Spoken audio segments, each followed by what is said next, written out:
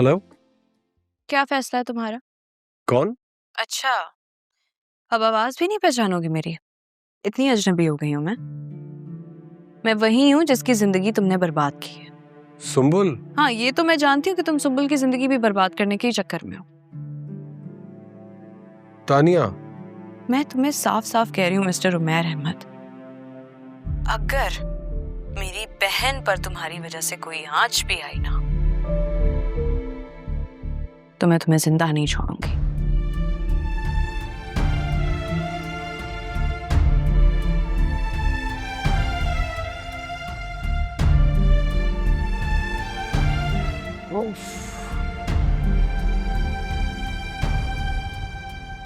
सुंबुल, मुझे उसकी बातों से नहीं लग रहा कि वो पंचायत बिठाएगा। और मेरी बातों से क्या लगता है मैं क्या करूंगी कल? सुंबुल, तुम्हें खुदा का वास्ता है, खुदकुशी मत करना, हराम मौत होती है ये। जिसने हराम मौत मरना है तो हराम मौत मरने में क्या ही फर्क पड़ता है? ये तुम क्या ऑल फॉल बकेट।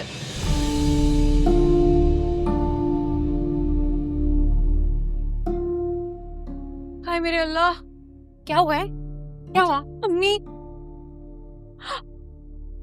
ये लो, अम्मी। ये पकड़। मर जाओ हराम माँ। कर लो खुदकशी मेरे बच्चे। मेरा मुंह क्या तक रही हो? छिड़को ये सारा तेल और जला दो अपने आप को। कसम है, न खुद जाऊंगी इस कमरे से और ना ही तानिया को जाने दूंगी। हम भी जलेंगे तुम्हारे साथ। चलो, कर लो हिम्मत। शाबाश, चलाओ, जलाओ अपने आप को। अम्मा, ये तो तुम चुप रहो। मरना इतना आसान नहीं है। तुम्हारे बाप के मरने के बाद 3 बार ये तेल का कैन लेके खुदकुशी करना चाहती थी, मरना चाहती थी मैं, लेकिन हर बार यही ख्याल आया कि मेरे बाद मेरी बेटियों का क्या होगा। तुम्हें ये सब कुछ करते हुए मेरा ख्याल नहीं आया कि मेरे बाद मेरी माँ का क्या होगा? तुम किसके लिए मरना चाहती हो? इनके लिए मरना चाहती हो?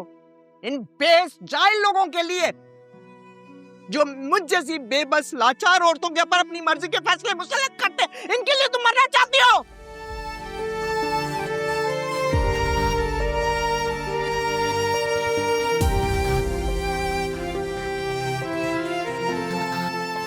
मत रो मेरी बच्ची, मत रो। जो दुख किस्मत में होते हैं ना, उन पर क्या रोना? कौन मर गया यहाँ? जो इतना शोर शराबा लगाया हुआ है, अच्छा खासा सो रहा था, उठा दिया। जुबान बंद रखनी नहीं आती तुम्हें? अम्मी? ये लो, अरे अम्मी, अबे अम्मी क्या हो? ये लो।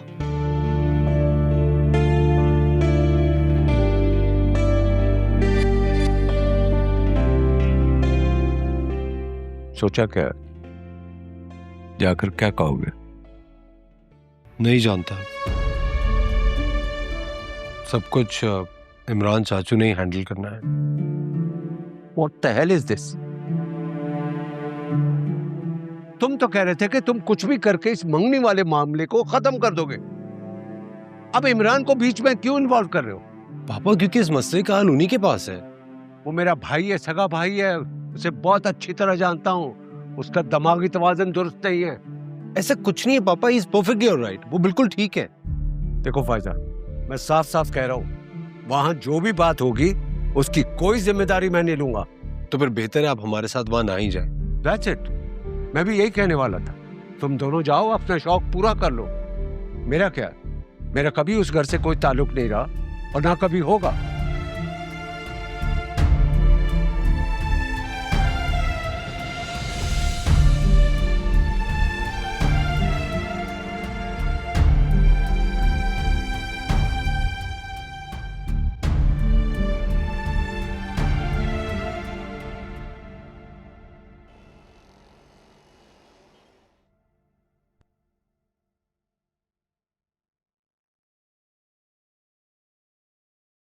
सब सेट? बस वो ताया जी और राशिद भाई ना मस्जिद नमाज पढ़ने गए हैं, अभी आ जाएंगे थोड़ी देर में। तुम तैयार हो ना? जी। और ये तुम्हारा आखिरी फैसला है। मैंने आपकी बातों को समझने की बहुत कोशिश की। और तुम्हें सारी बातें समझ में आ गई हैं ना? जी। तो तुमने अपना हर मामला तकदीर पे छोड़ दिया है। जी। और जो फैसला भी होगा वो तुम्हें कबूल होगा। जी। और तुम्हारी अम्मा को? उन्हें भी कबूल होगा। तो बस ठीक है। Best of luck.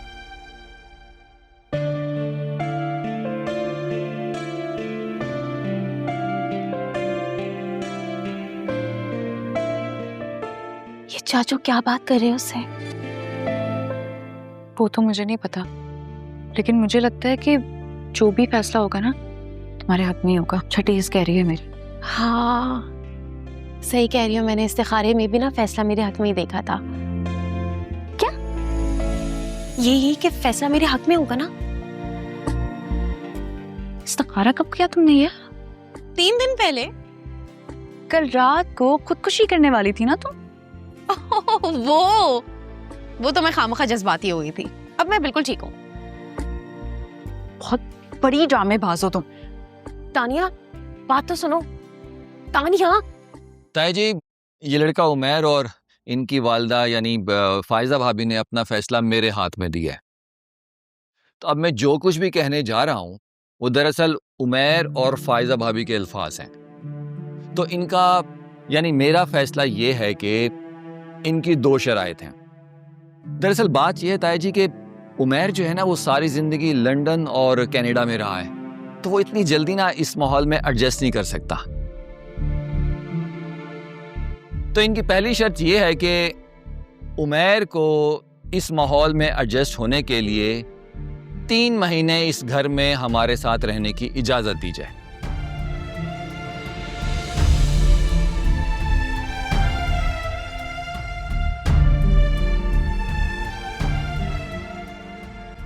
और दूसरी शर्त यह है इनकी कि तानिया को अपनी डॉक्टरी की तालीम पूरी करने की इजाजत दी जाए।